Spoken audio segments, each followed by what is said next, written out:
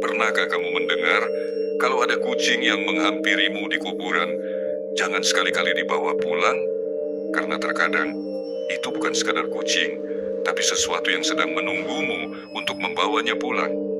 Malam itu, aku melanggar aturan itu, dan sejak saat itu, hidupku tak pernah sama lagi.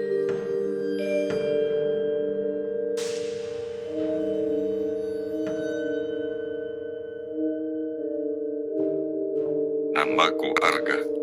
Umurku 21 tahun, dan ini adalah kisah yang membuatku kehilangan segalanya. Kejadian ini bermula saat aku pulang kampung untuk menghadiri pemakaman nenekku. Sudah 2 tahun aku tidak pulang. Hubungan keluarga kami tidak terlalu akrab, terutama sejak ayah meninggal. Pemakaman itu biasa saja kalau kamu bisa menyebut liang lahat yang lembab dan nisan tanpa nama sebagai biasa. Tapi yang tidak biasa adalah kucing hitam yang duduk diam di bawah nisan itu. Ia tidak bergerak, tidak takut pada suara tangisan, bacaan doa, atau sekop tanah yang menghantam. Ia hanya menatapku. Aku tidak tahu kenapa, tapi sejak pertama melihatnya, aku merasa seperti dikenal. Setelah pemakaman selesai, aku memilih berjalan kaki pulang ke rumah nenek. Tidak terlalu jauh. Aku hanya ingin menghindari mobil dan percakapan keluarga yang penuh basa-basi. Di tengah jalan setapak yang berdebu, aku kembali melihat kucing hitam itu. Kali ini ia berdiri di tengah jalan, menghalangi jalanku. "Ayo minggir," kataku sambil menendang pelan ke arah tanah. Tapi kucing itu tidak bergerak, malah mendekat. Matanya bulat, kuning pekat, seperti dua lentera yang menyala dalam gelap. Dan saat aku memutar tubuh untuk pergi ke arah lain, aku mendengar suara meong yang dalam, bukan seperti suara biasa. Lebih seperti suara manusia yang menirukan kucing. Entah kenapa, aku membawa kucing itu pulang. Rumah nenek masih sepi, bau kapur barus dan kayu tua menyambutku. Aku menaruh kucing itu di ruang tamu, memberi sedikit air di mangkuk bekas dan makanan kaleng yang masih ada di dapur. Kucing itu tidak makan, tidak minum. Ia hanya duduk di pojok ruangan, matanya tetap menatapku. "Namamu siapa ya?" gumamku. "Hitam, mungkin." Kucing itu berkedip perlahan. Entah kenapa aku merasa seolah dia mengerti. Malam harinya, aku tidur di kamar lama ayahku. Rumah ini seperti tak pernah ditinggali. Debu di mana-mana, tapi anehnya tidak ada sarang laba-laba. Jam 2 malam, aku terbangun karena mendengar sesuatu dari ruang tamu. Suara cakaran, suara gemeretak kuku di lantai kayu, dan suara pelan seperti orang berbisik.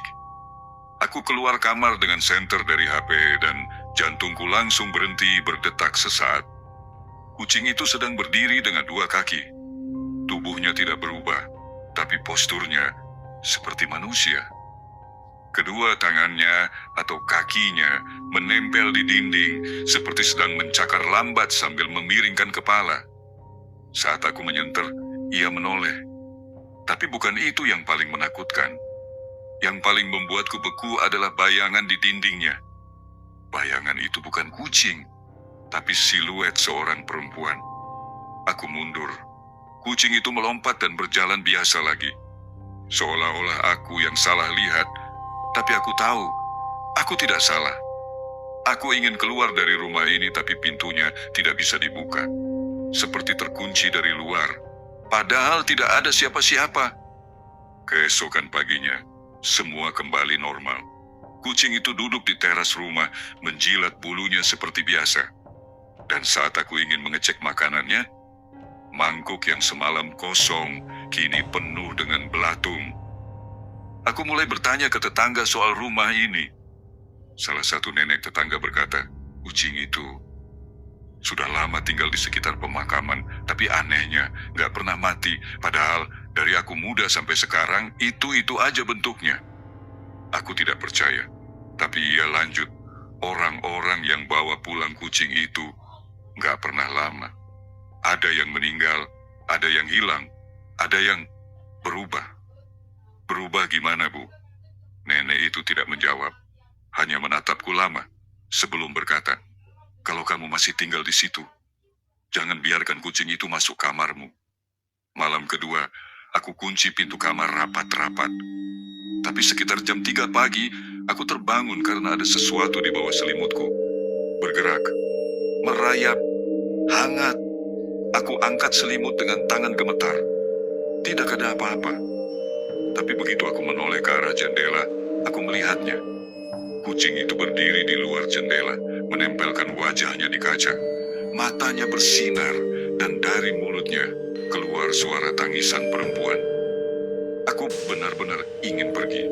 Tapi saat aku membuka koperku keesokan paginya, seluruh bajuku basah.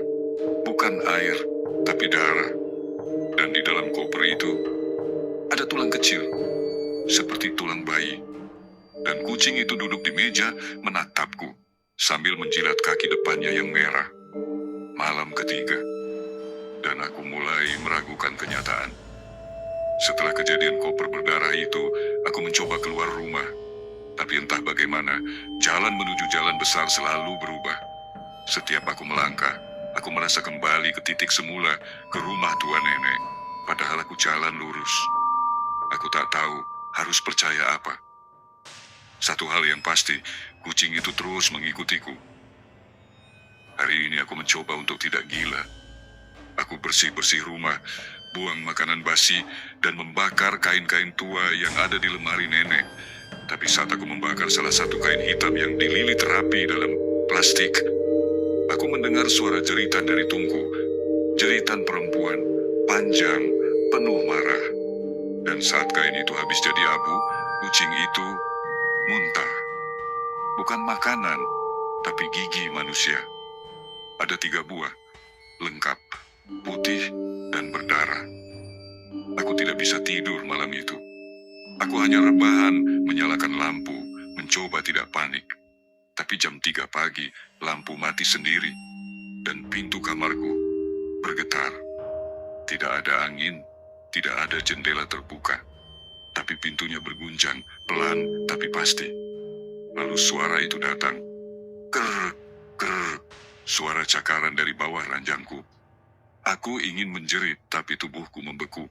Tanganku dingin, napas pendek, dan mataku hanya bisa menatap ke arah ujung kasur yang kosong. Aku beranikan diri mengangkat kaki dari kasur. Tapi baru saja aku angkat sedikit, ada yang menarik kakiku. Aku terjatuh dari tempat tidur. Tapi tidak ada apa-apa. Aku langsung merangkak ke bawah ranjang dengan senter HP menyala. Kosong, tapi di sana ada bekas cakaran panjang dan lendir hitam. Keesokan harinya, aku mulai mencari tahu sejarah rumah ini. Aku menemukan album foto lama di bawah laci meja makan. Di antara foto-foto keluarga, aku melihat satu foto yang membuat darahku dingin. Foto hitam putih seorang gadis kecil memeluk kucing hitam yang sama. Di belakang mereka tertulis dengan tinta luntur, Hina Kiko 1978. Kiko. Jadi namanya Kiko. Gadis itu terlihat polos, tapi di bagian matanya, aku merasa aneh. Ada bekas goresan tinta di matanya, seperti disengaja dihapus, dan entah kenapa, mata si kucing juga buram. Seperti tidak ingin dilihat. Malam keempat, aku tidur dengan semua lampu menyala, tapi itu tidak membantu. Tepat jam 2.59, aku terbangun oleh suara langkah pelan di lorong rumah. Bukan kucing, langkah kecil, seperti anak kecil berjalan tanpa alas kaki. Lalu, ketukan. Tok, tok, tok, dari kolong kasur. Aku diam, tidak berani bergerak. Tapi ketukan itu tidak berhenti. Semakin cepat, semakin keras, sampai akhirnya, tok. Sesaat lampu kamar padam, dan di depanku duduk seorang gadis kecil. Aku tidak bisa lihat wajahnya jelas, rambutnya panjang, menutupi muka, tapi ia duduk diam, dan di pangkuannya, Kiko, si kucing itu. Matanya menyala merah, dan gadis itu perlahan mengangkat tangannya menunjuk kain ke arah lemari kayu tua di pojok ruangan. "Dia di sana," katanya. Suaranya serak. "Dia yang bawa aku ke sini. Sekarang dia bawa kamu." Aku loncat bangun. Gadis itu menghilang. Lampu menyala lagi. Aku segera mendekati lemari itu. Pegangannya dingin, dan saat ku buka, lemari itu kosong, kecuali satu benda. Boneka kain kecil, dengan mata kancing hitam dan senyum dijahit kasar. Di bagian belakangnya, tertulis dengan benang merah, "Untuk Arga, teman baru Kiko." Aku ingin keluar, lari, tapi rumah ini tidak membiarkanku. Semua pintu terkunci, jendela tidak bisa dipecahkan, bahkan sinyal HP-ku menghilang dan jam ponselku selalu menunjukkan pukul 03.00, seolah waktu berhenti. Dan kucing itu kini tidak pernah jauh dariku. Ia selalu duduk di ambang pintu, menatapku, mengikuti. Keesokan malamnya, aku mencoba satu hal terakhir. Aku ambil boneka kain itu dan kubakar di halaman beresem belakang. Tapi api tak mau menyala. Lalu terdengar suara tangisan keras dari dalam rumah. Tangisan anak kecil. Saat aku masuk kembali ke dalam, semua cermin di rumah pecah. Dan di setiap pecahannya, aku melihat wajahku sedang menangis. Dan di belakang wajahku, gadis kecil itu tersenyum dengan tangan berlumuran darah. Aku tidak tahu siapa Kiko. Aku tidak tahu siapa gadis kecil itu, tapi mereka terhubung. Dan sekarang mereka ingin aku tetap tinggal di sini. Malam ini aku mendengar suara dari bawah tempat tidur lagi. Tapi kali ini bukan cakaran, bukan ketukan, tapi suara napas berat, panjang. Dan sebuah bisikan yang sangat dekat dengan telingaku, "Tempat tidurmu akan jadi liangmu." Sejak malam itu, aku tidak tahu apakah aku benar-benar bangun atau masih berada dalam mimpi buruk yang panjang dan terlalu nyata. Tiap kali aku membuka mata, ada sesuatu yang berubah di dalam rumah ini.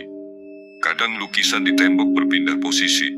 Kadang kursi goyang di pojok ruang tamu bergoyang sendiri meski udara benar-benar diam. Dan kadang aku merasa ada satu pintu yang menghilang. Tapi hari itu berbeda. Hari itu, aku menemukan album foto yang seharusnya tidak ada. Album itu kusimpan di bawah laci tua ruang makan, tertutup debu dan jaring laba-laba yang anehnya masih basah. Tidak ada sampul, tidak ada judul, hanya lembaran hitam putih tua yang dijilid longgar. Saat kubuka, jantungku seketika berdebar. Foto-foto rumah ini, sudut lorong, lemari kayu, cermin retak di kamar, semua diambil dari sudut pandang rendah. Seperti seekor binatang yang diam-diam mengamati. Beberapa foto bahkan menampilkan diriku sedang tidur, sedang duduk. Bahkan satu saat aku berdiri cemas kemarin malam, dan satu foto membuat tubuhku dingin. Foto hitam putih diriku duduk di kamar. Tapi di belakangku, di langit-langit, tampak sosok gadis kecil berdiri terbalik. Wajahnya tersembunyi rambut panjang, tapi senyumnya tampak jelas menjulur ke pipi. Di bagian belakang album ada selembar kertas tipis tertempel. Sebuah daftar. Gina 1978, Yuni 1989, Nadia 1995, Eka 2002, Adrian 2011, Arga 2025. Tanggal diambilku? Hari ini. Aku terdiam. Keringat dingin mengalir. Siapa mereka? Dan siapa yang membuat daftar ini? Aku menatap Kiko. Ia duduk di meja, menatapku seolah ingin bicara. Tapi saat aku mendekat, ia muntah. Bukan makanan, tapi gigi manusia. 3 buah, masih berdarah. Aku dekati pintu itu perlahan. Tidak ada gagang, tidak ada kunci, tapi di tengah pintu ada bekas tangan berdarah, seperti seseorang mencoba keluar atau masuk. Di sekitarnya tertempel serpihan kertas sobek, seperti berasal dari buku harian. Aku coba ambil satu yang masih terbaca. Hari ke-17, aku tidak bisa keluar. Aku pikir ini hanya mimpi buruk, tapi pintu itu, dia terus berubah tempat. Jangan dibuka kalau belum dipanggil. Aku mundur. Kalau belum dipanggil, siapa yang memanggil? Di kepalaku tiba-tiba muncul gambar sekilas dari masa kecil. Aku pernah lihat pintu ini di mimpi saat aku umur 8 tahun. Pintu merah, lorong sunyi, dan ibuku yang hilang di balik pintu itu. Tapi itu cuma mimpi, kan? Yang aneh, aku juga ingat dulu pernah punya kucing hitam bernama Kiko. Dan setelah kucing itu mati, aku selalu lihat pintu ini di setiap mimpi buruk. Kembali ke masa sekarang, jam 3 malam. Aku terbangun lagi oleh suara seretan daging. Di lorong belakang, pintu merah kini terbuka sedikit lebih lebar dari sebelumnya. Dari dalam, keluar suara-suara berbisik, terlalu banyak suara, tumpang tindih, seperti banyak mulut bicara bersamaan. Kiko berdiri di sana, tapi kali ini dia memeluk sesuatu. Boneka, bukan boneka biasa. Bentuknya seperti versi kecil dari diriku sendiri. Rambut, baju, luka bekas jatuh, waktu kecil di lutut persis. Kiko menjilati boneka itu, lalu menatapku dengan mata yang bukan mata kucing. Di sekitar pintu, lantai mulai retak dan muncul coretan-coretan lingkaran merah. Simbol aneh, seperti ritual kuno. Tiba-tiba, semua lampu mati.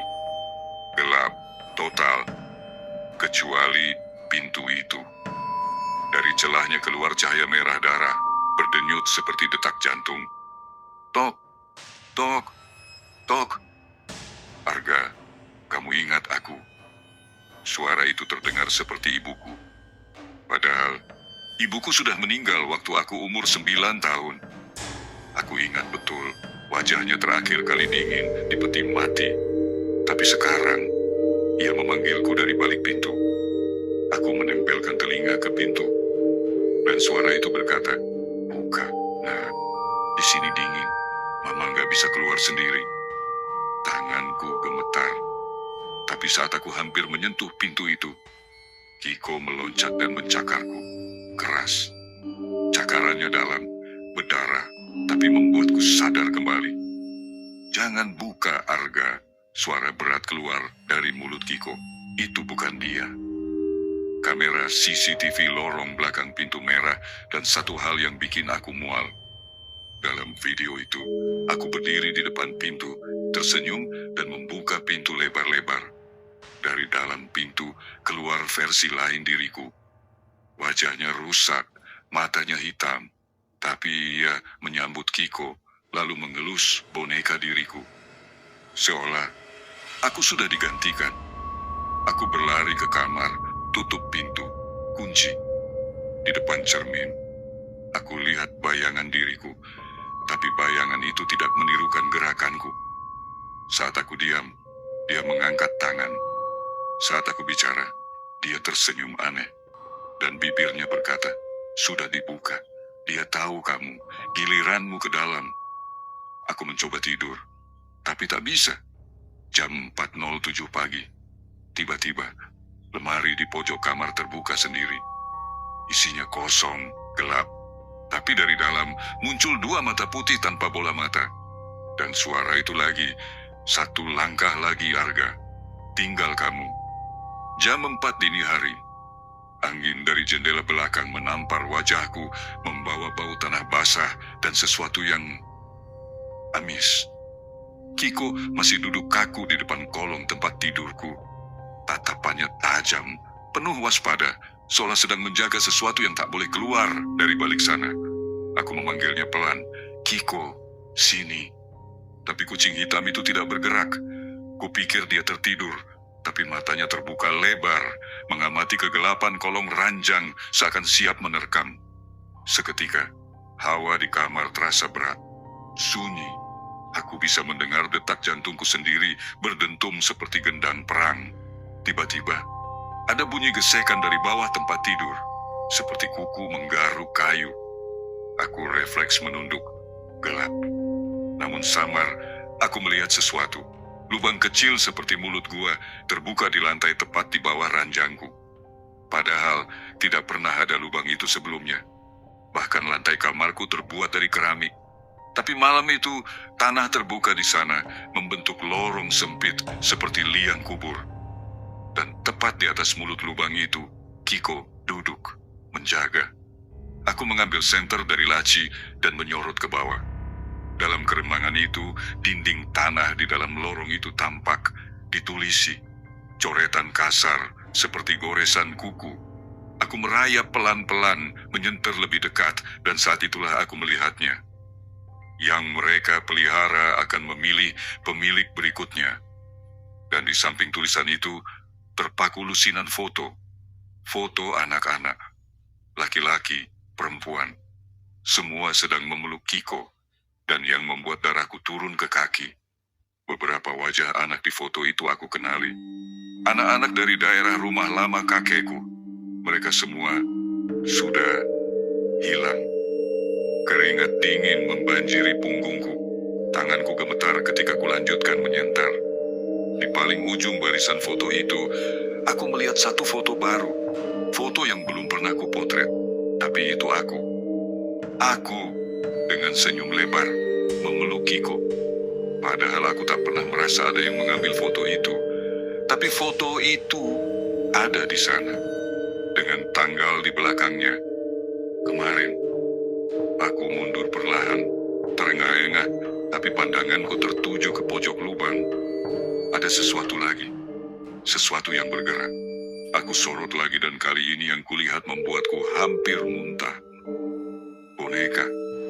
Boneka berbentuk manusia, ukurannya sebesar anak kecil, pakaiannya, bajuku sendiri, bahkan wajah boneka itu menyerupai wajahku. Tapi matanya kosong, hitam, dan bibirnya dijahit dengan benang merah. Dan boneka itu menengok ke arahku. Aku sontak bangkit, tersungkur mundur, dan teriak histeris. Kiko mengeong keras, suara yang lebih mirip erangan serigala ketimbang kucing biasa. Pintu kamarku tertutup sendiri, lampu padam. Aku berada dalam kegelapan sempurna. Dalam sunyi itu, terdengar suara bisikan dari kolong tempat tidur. Yang kamu pelihara juga memeliharamu. Aku menggigil, tidak berani melihat ke bawah lagi, tapi rasa penasaran mengalahkan takut. Kuambil ponselku, menyalakan kamera, dan kubidik ke kolong tempat tidur. Layar ponselku menampilkan lorong itu lagi lebih dalam dari yang kulihat langsung. Seolah kamera memperlihatkan apa yang tak bisa dilihat mata biasa. Di dalam lorong itu, ada tangga.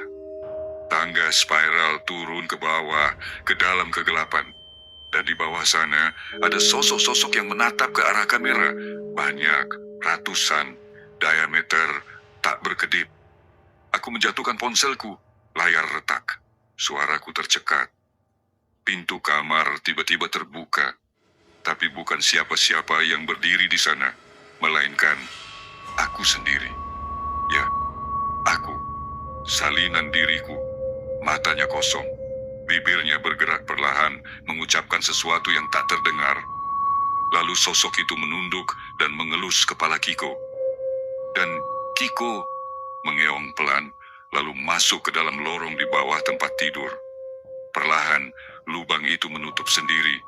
Lantai kembali seperti semula. Aku terdiam, napasku tidak stabil. Kulihat ponselku yang retak di lantai masih menyala, dan di layar ada notifikasi video yang terekam otomatis. Aku buka, isinya, aku sedang tidur, tapi ada sosok yang perlahan keluar dari dalam tubuhku, dan sosok itu berjalan keluar kamar. Sementara aku yang masih di tempat tidur, perlahan berubah. Mataku kosong, wajahku kaku, seperti boneka. Aku tak pernah merasa benar-benar bangun. Setelah malam itu, semuanya jadi kabur.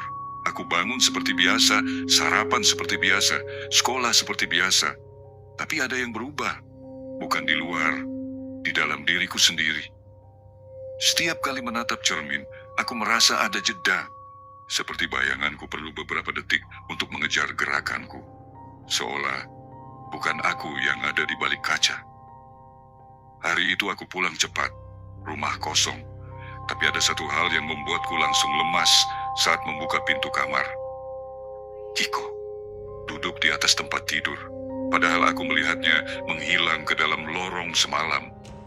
Aku mengucek mata, tapi dia benar-benar di sana, menatapku dengan mata yang kini lebih manusia daripada kucing. Kiko mengeong pelan, tapi ada gema, seperti suaranya datang dari dalam perut bumi. Dan saat itu juga, lorong di bawah tempat tidur terbuka lagi. Tapi kali ini, lubangnya jauh lebih besar. Bahkan ranjangku melayang sedikit, menggantung di atas lubang tanah berwarna merah kehitaman. Tangga spiral dari logam muncul dari dalamnya, turun ke dalam gelap, tidak seperti tanah biasa. Ini lebih seperti lorong yang dibuat dengan sengaja. Turun. Suara itu datang bukan dari Kiko, tapi dari pikiranku sendiri, seperti perintah langsung yang tak bisa dilawan. Aku ambil senter dan menapakkan kakiku di anak tangga pertama. Suhu langsung turun drastis. Nafasku membeku. Tangga itu berderit, tapi tidak patah. Pelan-pelan aku turun. 1 langkah, 2 langkah, 100 langkah. Tapi dasar lorong masih belum terlihat. Dan saat aku menoleh ke atas, lubang di atas sudah tak ada. Gelap total. Aku sendirian di dalam dunia yang tak punya atas atau bawah. Senterku mulai berkedip. Cahaya terakhirnya menyorot ke dinding. Aku terkejut. Dinding itu penuh cermin. Tapi yang lebih mengerikan, cermin-cermin itu tidak memantulkan aku. Mereka memantulkan versi lain. Versi yang lebih tua. Versi yang lebih rusak. Versi yang menatapku dan menyeringai tanpa aku bergerak. Salah satu bayanganku di cermin berbisik, "Kamu bukan yang pertama, dan bukan yang terakhir." Tiba-tiba, tangga itu berhenti. Aku kini berdiri di sebuah ruangan bundar yang seluruhnya dari kayu. Dindingnya penuh goresan, dan di tengah ruangan ada meja kecil. Di atas meja itu ada boneka Kiko. Kaku, mati, tapi matanya terbuka dan bola matanya bergerak mengikuti arahku. Di sekeliling meja ada banyak bingkai foto yang mengambang. Aku lihat satu persatu anak-anak. Anak-anak dari foto di lorong semalam. Tapi mereka kini tersenyum lebih lebar. Gigi mereka runcing, mata mereka kosong. Dan di tengah-tengah semua itu ada fotoku. Tapi bukan aku yang sekarang. Foto itu terlihat seperti diriku 10 tahun lebih tua dengan wajah pucat dan mata hitam. Aku ingin berteriak, tapi suaraku hilang.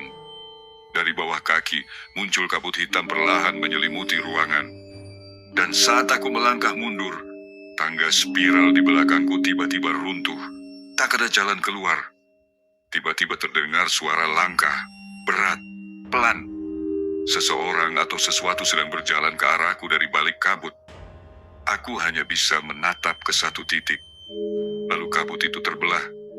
Dan dari kegelapan muncullah aku. Tapi lebih kurus, matanya merah, kulitnya membusuk, dan dia tertawa. Akhirnya kamu sampai. Sekarang giliranku di atas. Lalu dia membuka mulutnya lebar-lebar, terlalu lebar untuk manusia, dan suara-suara ribuan bisikan menyembur keluar. Aku menutup telinga, tapi suara itu masuk ke dalam kepalaku. Bertukarlah, lalu semuanya gelap. Di dunia atas, Kiko duduk tenang di atas tempat tidur.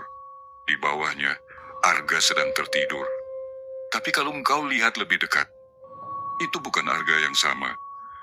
Dia bangun dengan senyum yang terlalu kaku dan matanya menatap ke kamera. Dan pelan-pelan dia berbisik, "Yang kamu pelihara akan memeliharamu kembali."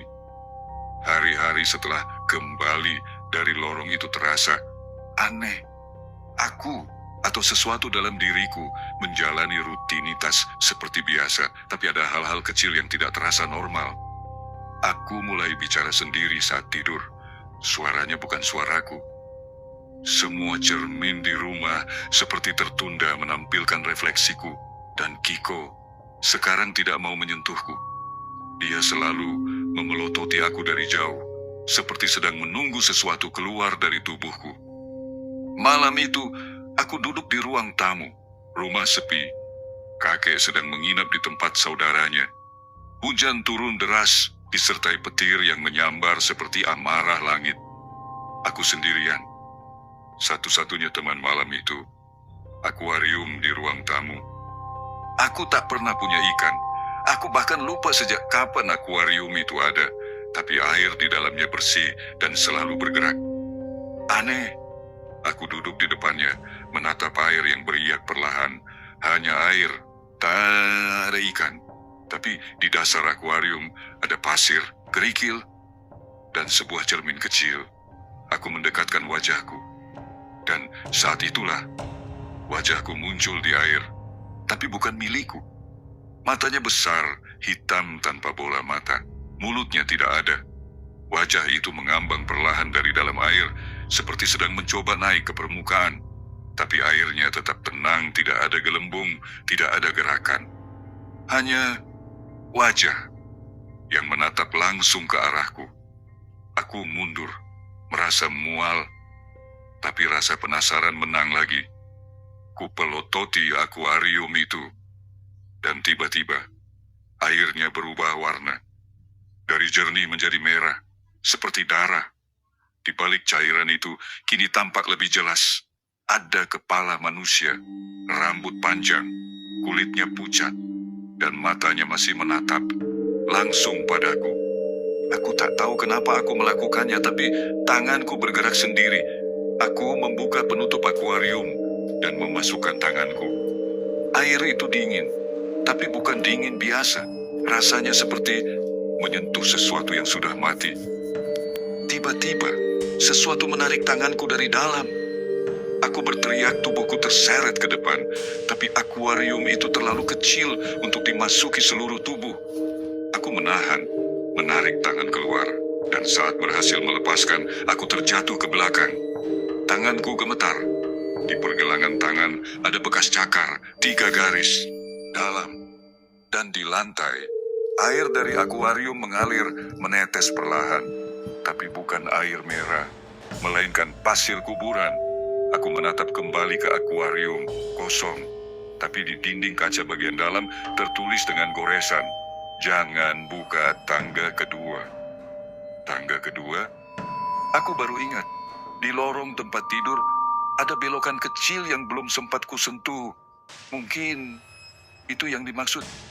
Saat itu juga, Kiko melompat ke meja, mengeong keras ke arahku. Sorot matanya panik, seperti mencoba mengatakan, "Jangan kembali ke bawah." Tapi semuanya sudah terlambat. Aku mendengar suara dari kamar.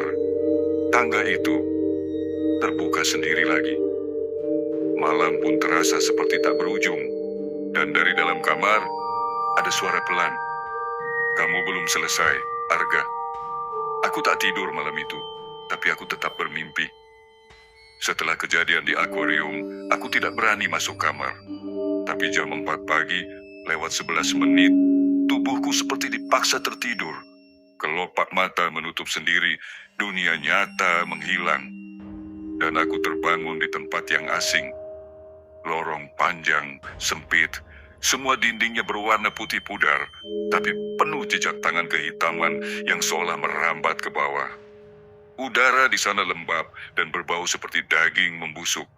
Di ujung lorong itu tampak tangga melingkar menurun. Tangga itu terbuat dari tulang.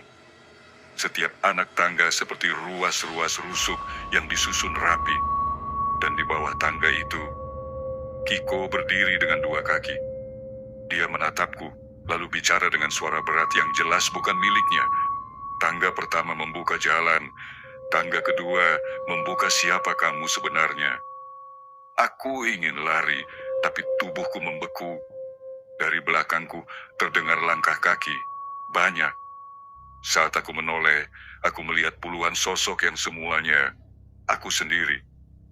Versi diriku dengan wajah terbakar, tubuh separuh hancur, versi anak-anak, remaja, tua, bahkan satu yang matanya berlubang dan mulutnya dijahit benang merah. Mereka semua merangkak ke arahku, perlahan tapi pasti. Aku berteriak, tapi suara itu tak keluar. Semua sosok itu menatapku, dan tiba-tiba meleleh menjadi satu genangan darah hitam. Dari tengah cairan itu muncul sebuah cermin. Aku melihat ke dalam cermin. Aku tersentak bangun. Peluh dingin membasahi tubuhku. Nafasku memburu. Tapi pemandangan di sekelilingku justru membuat jantungku ingin meledak. Tangga kedua benar-benar terbuka di bawah tempat tidurku. Bukan tangga biasa. Anak tangganya tampak basah, berdenyut pelan seperti daging hidup. Udara di sekitarnya bau amis dan hangat seperti napas bangkai. Di dasar tangga ada boneka. Boneka bayi, namun tak normal. Kulitnya seperti kain kafan robek. Matanya kancing berkarat. Mulutnya dijahit benang merah. Tiba-tiba, boneka itu bergerak sendiri. Dan dari dalam tangga, muncul dua tangan kecil yang perlahan menarik boneka itu turun ke dalam. Saat boneka itu menghilang, aku mendengar suara dari dalam tanah. Yang ini milikmu, gantinya sudah siap. Aku mundur, tapi dari cermin di kamar, refleksiku tersenyum sendiri, padahal wajahku tidak. Tiba-tiba Kiko melompat ke atas tempat tidur dan mengeong ke arahku. Nada suaranya marah, panik, seperti mencoba memperingatkan sesuatu. Tapi semuanya terlambat. Tangga itu mulai menghisap. Satu hembusan angin dingin menyapu kamar, lampu berkedip, dan dari dalam tangga muncul wajah Arga lain, separuh wajah, penuh luka, tersenyum. Kamu belum jadi milik mereka, tapi kamu sudah bukan milikmu sendiri. Lalu dia menghilang. Malam itu, aku tak tidur lagi. Tapi setiap kali aku memejamkan mata, aku melihat tangga itu. Dan di tangga itu, selalu ada anak kecil berbeda yang menungguku. Setiap malam, semakin dekat, semakin banyak. Aku berdiri di tengah ruang tunggu itu. Ruangan yang muncul setelah aku jatuh dari tangga kedua. Anak-anak duduk di bangku panjang, diam, menatapku. Ada sekitar 20 orang. Wajah mereka pucat, tubuh kurus, mata mereka gelap, namun hidup. Tapi bukan itu yang membuatku hampir pingsan. Mereka semua adalah anak-anak yang pernah kulihat di foto-foto tua di lorong rumah ini. Dan di tengah ruangan, ada meja resepsionis tua. Di atasnya tergeletak buku catatan besar, kulitnya retak dan berdebu. Tanganku gemetar saat membalik halaman pertama. Daftar yang dibawa pulang. 1. Gilang 2013. Selesai. 2. Intan 2015. Selesai. 3. Raka 2018. Selesai. 4. Yuna 2020. Selesai. 5. Arga 2023. Belum selesai. Aku berhenti. Namaku ada di situ.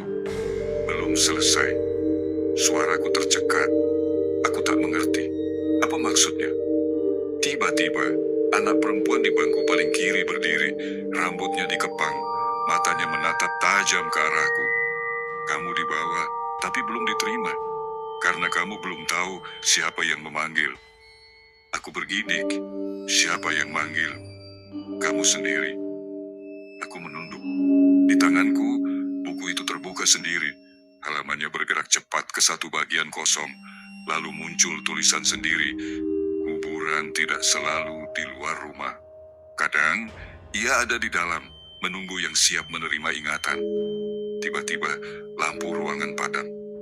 Saat menyala kembali, aku tidak lagi berada di ruang tunggu.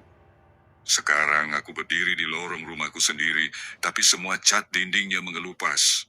Lantai penuh lumpur, udara pekat dan dingin. Di ujung lorong, ayahku berdiri. Ayahku yang sudah meninggal, tapi bukan seperti yang ku kenal. Wajahnya hitam, matanya kosong, dan mulutnya terbuka seperti menjerit diam-diam. Dia menunjuk ke dinding sebelah kanan. Dinding itu perlahan terbelah dan menampakkan peti mati kecil. Dari celahnya, aku bisa melihat foto diriku waktu kecil, berumur sekitar 6 tahun, tertidur di dalam peti itu. Aku terdiam, nafasku berhenti. Aku sudah mati? Tiba-tiba, Kiko muncul di sampingku. Tapi kali ini, dia berubah. Tubuhnya hampir transparan, seperti roh. Dia mengeong pelan, lalu menyusup ke dalam peti dan menghilang. Lalu, aku mendengar suara, bukan dari luar, dari dalam kepalaku sendiri. Yang dibawa pulang bukan kamu sekarang, tapi kamu yang dulu. Kamu dibangkitkan, tapi dengan sisa yang lain. Karena itu, kamu tak bisa tidur. Karena itu, kamu bisa melihat. Semuanya runtuh. Tiba-tiba aku sadar.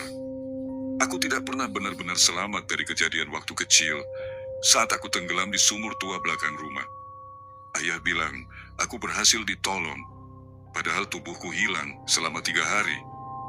Ketika aku kembali ke rumah, aku mulai mengalami mimpi aneh, tapi semua orang mengira aku hanya trauma. Sekarang semuanya masuk akal. Aku memang dibawa pulang, tapi bukan sepenuhnya aku. Dan anak-anak di ruangan tadi, mereka seperti aku, yang sempat mati, tapi kembali. Saat aku menyentuh peti mati itu, suara bisikan membanjiri kepala. Satu harus menggantikan, satu harus tertinggal. Tiba-tiba semuanya hitam, dan saat aku membuka mata, aku sudah kembali ke kamar. Tapi kali ini, tangga kedua hilang. Dan di lantai kamar, ada kertas kecil ditulis tangan. Kalau kamu masih di sini besok jam 4 pagi, mereka akan ambil gantinya. Jam 4 pagi, aku terbangun dengan tubuh dingin dan mata berat. Di samping tempat tidurku, Kiko duduk diam, menatap lurus ke arah cermin di dinding. Cermin itu berembun dari dalam. Tangga kayu perlahan muncul dari balik bayangan cermin, seperti menjulur keluar dari dunia lain. Tangga itu tidak muncul di bawah ranjang seperti biasa, tapi langsung di dinding, tepat di dalam refleksi. Aku melihat diriku sendiri di cermin, tapi itu bukan aku. Bayangan yang terjebak, sosok di cermin melangkah keluar. Ia seperti aku, dari rambut, bentuk wajah, sampai luka kecil di pelipis kiri. Tapi matanya kosong, seolah ia melihat sesuatu yang bukan dari dunia ini. Akhirnya, kita bertemu juga, katanya pelan. Siapa kamu? Tanyaku, nyaris tak bersuara. Aku adalah kamu. Aku, Arga yang asli. Digeri tubuhku membeku. Hari itu, saat kamu jatuh ke dalam sumur, rohmu tak pernah kembali. Dunia memanggil sesuatu dari bawah untuk menggantikanmu. Itu kamu, roh pengganti. Aku terdiam. Tiba-tiba, semua mimpi buruk, semua anak-anak di tangga, semua keanehan masuk akal. Tangga itu adalah jalan keluar dan masuk bagi roh-roh yang tertukar. Dan sekarang, waktuku di dunia nyata telah habis. Suara Kiko. Di belakangku, Kiko mengeong pelan. Dia duduk, menatap tajam ke arah sosok Arga asli yang berdiri di ambang cermin. Aku menoleh ke Kiko. Kamu melihat ini semua dari awal ya? Bisikku. Kiko tidak menjawab, tapi aku merasakan sesuatu, seperti getaran dalam pikiranku. Suara yang bukan dari mulutnya. Aku pernah sepertimu, Arga. Suara itu terdengar di benakku. Aku juga dibawa pulang dari tempat itu, tapi aku gagal kembali. Kiko perlahan berdiri, mendekat ke arah cermin. Sekarang giliranku menebus semuanya. Pengorbanan. Tiba-tiba, sosok Arga dari cermin meraihku. Tangannya dingin, seperti menarikku kembali ke tempat yang seharusnya bukan milikku. Aku tak melawan. Aku mulai menerima kenyataan bahwa aku hanyalah roh bayangan. Tapi saat aku bersiap melepaskan diri, Kiko melompat. Cahayanya meledak. Kilatan putih menyilaukan mataku. Saat kubuka mata, aku kembali sendiri. Cermin sudah normal, tangga menghilang, dan Kiko tak ada. Aku mencari ke seluruh kamar. Tak ada jejak, tak ada suara, tak ada napas kecil di pojok tempat tidur. Hanya sebuah catatan di bawah cermin, tulisan tangan kecil dan miring. Sekarang kamu bisa hidup sebagai Arga. Jangan lupa siapa yang telah pergi untukmu, Kiko. Buku terakhir. Buku catatan roh tiba-tiba terbuka sendiri di mejaku. Halaman terakhir terbentuk sendiri di hadapanku. Arga status, roh utama dipulihkan. Kiko status, pengganti, catatan. Satu kembali, satu pergi. Yang tertukar telah dikembalikan. Yang mengorbankan tak akan dilupakan. Epilog pendek. Sudah seminggu sejak malam itu. Tak ada lagi tangga. Tak ada lagi suara ketukan jam 4 pagi. Cermin kembali hanya menunjukkan bayanganku. Tapi kadang, saat aku bangun malam-malam, aku mendengar suara kuku kecil di lantai.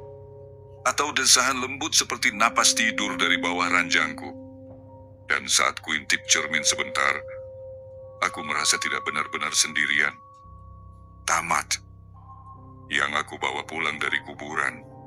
Kadang, yang menemani kita bukan manusia, tapi sesuatu yang diam-diam memilih untuk tinggal.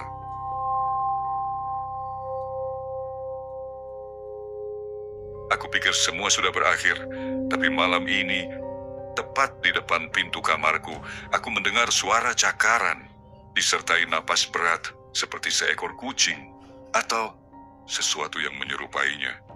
Dan aku tahu, ini baru permulaan dari mimpi burukku.